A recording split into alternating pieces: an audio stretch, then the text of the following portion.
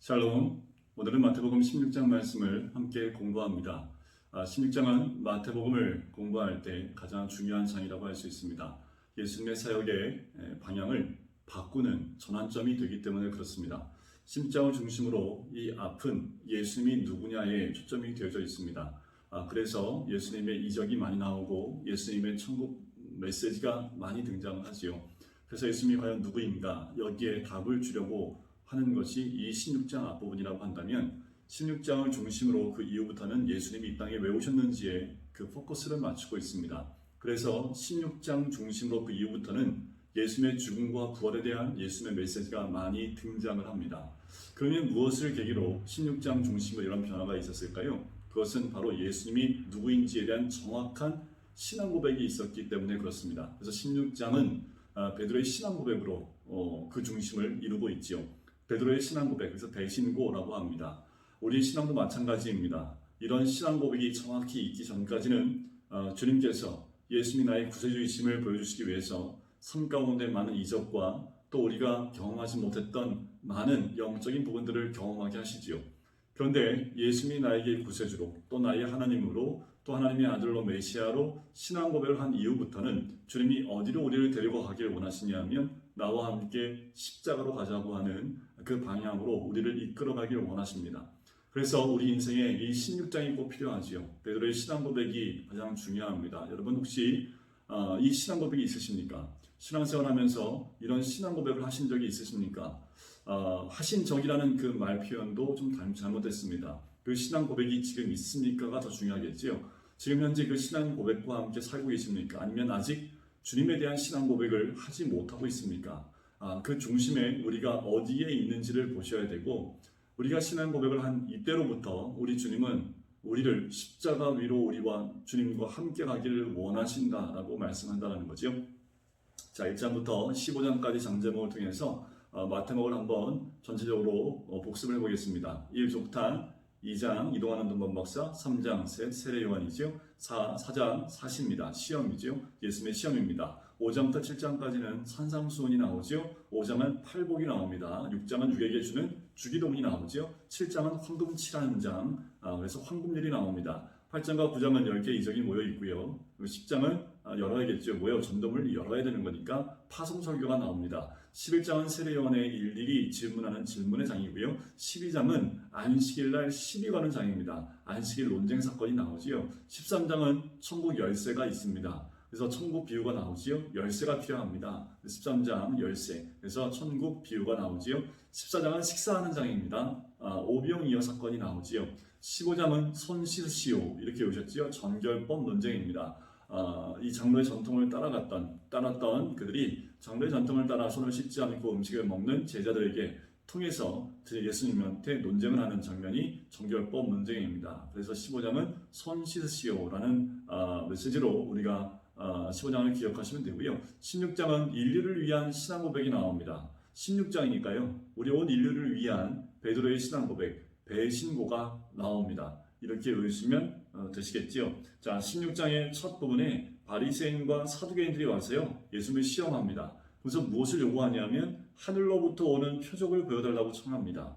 자, 이 하늘로부터 오는 표적을 왜 구할까요?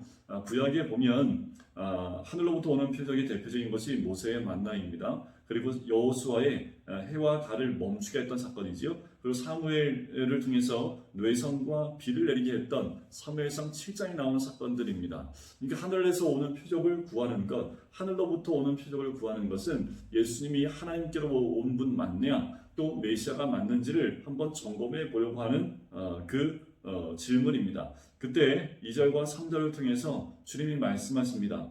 너희가 저녁에 하늘이 붉으면 날이 좋겠고 아침에 하늘이 붉으면 불고리면 오늘은 날이 굳겠다고 한다. 이 말씀이 왜 하시냐면 그렇게 세상 변화와 세상 일에는 밝으면서 날씨는 분별할 줄 알면서 그렇게 세상 일은 잘 분별해낼 줄 알면서 시대의 표적은 분별할 수 없느냐, 영적인 일에 왜 이렇게 무지하냐라고 말씀을 하는 겁니다. 여러분 우리가 귀담아 들어야겠죠. 팬데믹이라고 해서 지금 코로나19의 바이러스가 전 세계에 퍼져나가고 있고 많은 감염자가 있습니다. 지금 이런 것들을 통해서 세상 일들의 변화에 우리가 굉장히 민감하게 반응을 하는데 근데 유독 영적인 일에는 우리가 민감하게 반응하지 못하고 있지 않은지, 자, 시대의 표적은 분별하지 못하냐? 이 시대의 표적이란 구약에 약속한 그리스도가 메시아로 오신 표적입니다. 시대의 표적, 메시아가 이 땅에 온 표적은 왜 분별할 수 없느냐라는 거지요. 악하고 음란한 세대, 악하다는 건 뭡니까? 도덕적, 질적으로 악하다는 거지요. 음란한 건 무엇을 의미합니까? 영적 간음을 의미하지요. 표적을 구해요. 이 악한 세대가 표적을 구해요. 음란한 세대가 표적을 구해요. 그러나 우리 주님이 뭐라고 합니까? 요나의 표적밖에 보일 것이 없다. 이 요나의 표적은 대표적으로 십자가의 표적을 드러내는 구약의 하나의 예시와 같은 것이지요.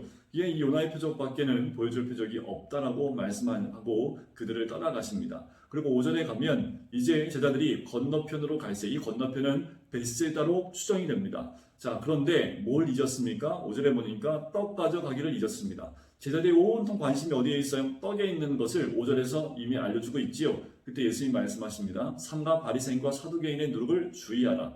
이 누룩에 대해서 얘기했을 때 제자들이 논의합니다. 떡을 안 가져와서 그렇다 라고 얘기하니까 예수님이 뭐라고 합니까? 믿음이 작은 자들아 어찌하여 떡이 없음으로 서로 논의하느냐? 아직도 깨닫지 못하느냐? 너희가 기억하지 못하느냐? 10절 끝에 오병이어 사건과 칠병이어 사건을 기억하지 못하냐라는 거지요. 그리고 11절에도 보면 왜 깨닫지 못하느냐라고 말씀을 합니다. 자, 이 제자들의 영적인 무지가 몇 가지로 나와요. 총 4가지로 말할 수 있는데 첫 번째는 제자들의 영적인 무지가 된 이유가 뭐냐면 떡을 너무 깊이 묵상하고 있다는 겁니다. 우리가 주님의 제자로 무지할 수 있는 것. 왜요? 세상을 너무 깊이 묵상하면 무지할 수밖에 없습니다.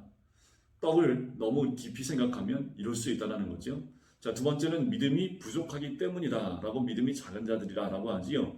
자, 믿음이 없으면 하나님이 생각나지 않아요.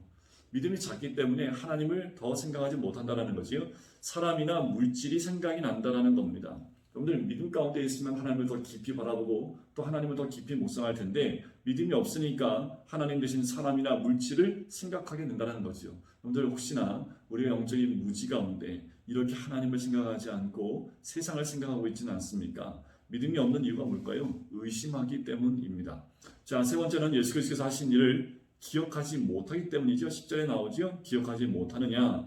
믿음이란 하나님께서 하신 일을 다시 기억하는 겁니다. 잊지 않고 있는 거예요. 나에게 역사하신 하나님을 잊지 않는 겁니다. 나와 함께 하신 하나님을 잊고 있지 않는 거예요.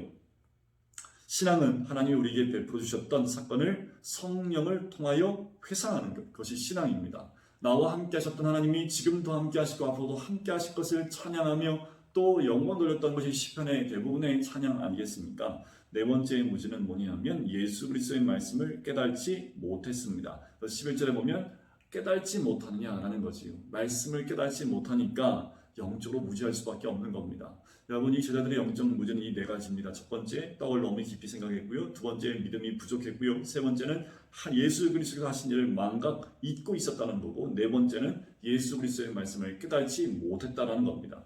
자, 그리고 예수께서 이게 13절에 빌립보 가이사랴 지방에 이릅니다. 이 빌립보 가이사랴는요, 갈릴리 바다 동북쪽 약 40km, 분봉왕 빌립의 지배권에 있는 곳인데 바알 숭배의 전당들이 산재에 있었던 곳이 이 빌립보 가이사랴입니다. 이것은 가이사를 신격하기 위해서요, 거대한 흰 대리석 신전이 있었던 곳이기도 하고요. 그리고 자연의 신 펜이라는 신이 출생했다는 전설이 나오는 곳이 바로 이곳입니다. 이곳에 예수님이 제자를 데리고 가지요. 제자들에게 묻습니다. 사람들이 나를 누구라 하느냐? 그랬더니 사람 얘기를 해요. 제자들이 세례 요한이라고 합니다. 더러는 엘리야, 어떤 이는 예레미야 또는 선자 중에 하나라고 얘기합니다. 라고 사람들의 이야기를 얘기합니다. 근데 이게 중요하지 않아요. 주님이 듣고 싶은 말씀 또 한 번의 질문을 합니다. 너희는 나를 누구라 하냐는 거지요. 다른 사람이 나에게 의해서 뭐라고 하는 게 중요하지 않다는 겁니다. 너희는 나를 누구라 하냐라는 거지요. 지금 우리에게 던지는 이 말씀입니다. 이 팬데믹으로 교회에서 예배드리기도 힘들고 또 행정명령으로 모이는 것을 금지한 이때에 그때 세상 사람들이 예수님께 대하여 뭐라고 말하는 것은 우리 주님이 관심 갖지 않아요. 이런 상황 가운데 나는 너희에게 무엇이냐라는 거지요. 너희는 나를 누구라 하느냐? 이 신앙 고백이 있냐라고 묻는 겁니다. 그때 베드로가 얘기합니다. 주는 그리스도시요 살아계신 하나님의 아들이시니이다. 이 고백이 있어야죠. 예수 그리스도는, 주님은 그리스도 메시아이시다. 구세주라는 거지요. 그러면서 살아계신 하나님의 아들입니다 라는 동시에 고백이 있어야 됩니다. 자, 이 신앙 고백을 통해서 예수님이 시몬을 축복합니다. 바요나 시몬아, 내가 복이 있도다. 이를 내게 알게 하니는 혈육이 아니요 하늘에 계신 내 아버지라 라고 이야기를 하지요. 18절에 너는 베드로라, 내가 이 반석 위에 내 교회를 세우리니 음부의 권세가 이기지 못하리라. 베드로라, 내가 이 반석 위에, 이 반석이라는 게 뭘까요?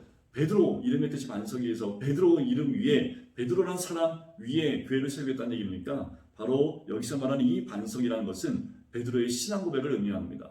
여러분, 우리 신앙 고백 위에 교회가 세워져요. 이 신앙 고백 위에 교회가 세워지니까 음부의 권세가 이기지 못합니다. 그런데 이 신앙 고백이 없으면 교회가 세워지지 않습니다.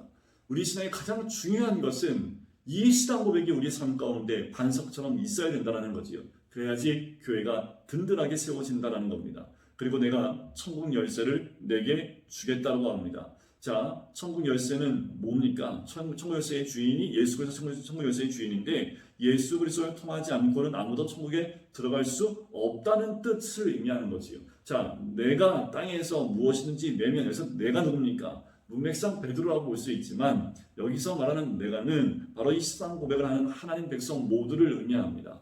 우리가 주에 대한 신앙 고백이 있다면, 그러면 내가 땅에서 무엇인지 매면 하늘에서도 매인다는 거지요.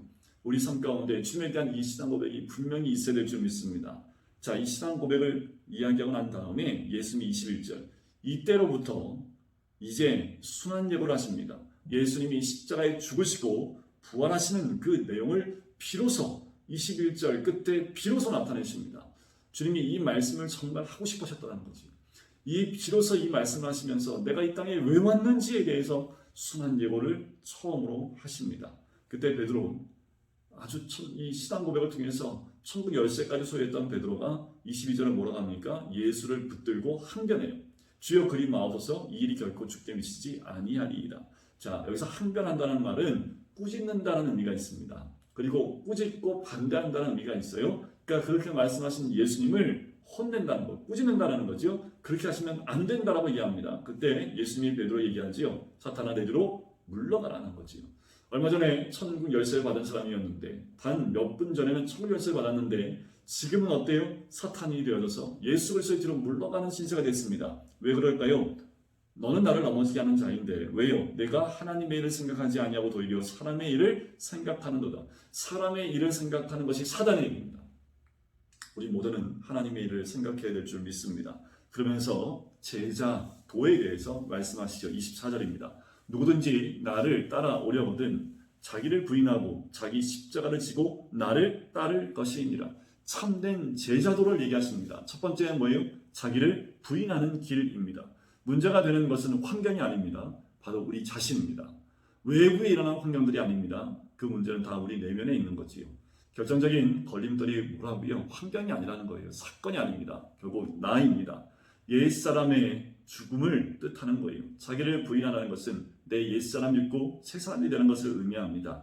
자기 야망의 죽음을 의미하기도 하지요. 옛사람이 죽어야 새사람으로 옷을 입을 수 있습니다. 내가 죽어야 하나님이 살아나요. 내 꿈이 좌절돼야 하나님의 꿈이 이루어진다는 겁니다. 하나님을 적극적으로 긍정한다는 그 뜻이 자기를 부인하고 라는 거예요. 나를 따라오려거든 자기를 부인하라는 그 말은 하나님을 적극적으로 긍정하며 따라야 됨을 의미하는 거지요. 내 인생의 주인이 하나님이심을 전적으로 인정하라는 겁니다. 하나님을 왕으로 모시면 자연히 자기가 없어지는 거지요. 그 주인을 죽게 두라는 겁니다. 자기 부인은 자신의 힘으로 불가능하기 때문에 이것은 성령으로만 가능합니다. 그래서 오늘도 우리가 성령을 구하고 주님 안에 거해야 될 이유가 여기에 있는 거지요. 그리고 난 다음에 어떻게 해요? 자기 십자가를 지고 가는 길이지요. 예수 그리스도 때문에 겪는 억울한 고통과 희생을 달게 지는 것을 뜻합니다. 요즘 시대에 교회 갔다 오는 것을 확인하는 곳이 많다고 그래요. 왜냐하면 교회에 갔다 오면 코로나에 걸린다는 거예요. 그럼에도 불구하고 우리가 코로나 때문에 우리가 교회에 갔다 온 것 때문에 불이익을 당한다 할지라도 그 고통과 희생을 달게 지는 것, 그것이 우리 주님이 또 우리에게 예수님을 거부하지 않고 십자가를 따는 길 아니겠습니까? 자기를 부인할 수 있는 사람이 자기 십자가를 질 수 있는 사람이지요. 그리고 그렇게 예수 그리스도를 따르는 겁니다. 그게 제자의 도이지요. 예수를 따른다는 건 뭐예요? 예수 그리스도께 순종한다라는 것을 의미합니다. 우리의 신앙 고백 이후에 우리는 주님을 따라야 됩니다. 주님, 우리에게 분명히 십자가의 그 길을 가야 한다 말씀하실 때 베드로처럼 항변하며 그렇게 못하겠습니다라는 선택을 하지 말고, 주님이 나를 따라오려거든 자기를 부인하고 자기 십자가를 지고 나를 따를 것이다 라는 이 말씀을 붙들고, 이제 신앙의 고백이 있는 사람은 고난이라 할지라도 그 길을 가겠다라고 결정하는 겁니다. 여러분, 우리 신앙 고백은 어디 있습니까? 우리 신앙 고백은 우리 안에 살아있어야 합니다. 그 신앙 고백 위에 교회가 세워집니다. 그 신앙 고백이 있어야지 어떠한 믿음의 고난이 와도 이겨낼 수 있는 그런 믿음과 힘이 있을 수 있습니다. 우리는 이 땅 가운데서 참다운 복을 누려야겠죠. 그 복은 바로 십자가의 복입니다. 오늘도 주님 안에서 이런 신앙 고백으로 하루의 삶을 주님과 동행하시기를 주님의 이름으로 간절히 축원드립니다. 기도하겠습니다. 사랑해 주님 감사합니다. 하나님, 시대의 표적은 분별하면서 영적인 흐름은 분별치 못하는 무지한 자가 되지 않게 해주시고, 제자들이 그 무지양처럼 아버지 하나님 떡과 또 믿음이 없음에 그렇게 아버지 하나님 영적인 부분에 깨달지도 못하고 기억하지도 못하는 그런 무지한 가운데 있지 않게 해주시옵소서. 베드로와 같은 신앙 고백이 있게 인도해 주시고, 그 신앙 고백 위에 교회가 세워지는 줄 믿사오니 하나님, 이제 예수 그리스도가 가신 그 길을 따라 나가기 위하여 결단하며 또한 주님과 동행하는 우리가 될 수 있도록 축복하여 주시옵소서. 감사드리며 예수 그리스도의 이름으로 기도드립니다. 아멘.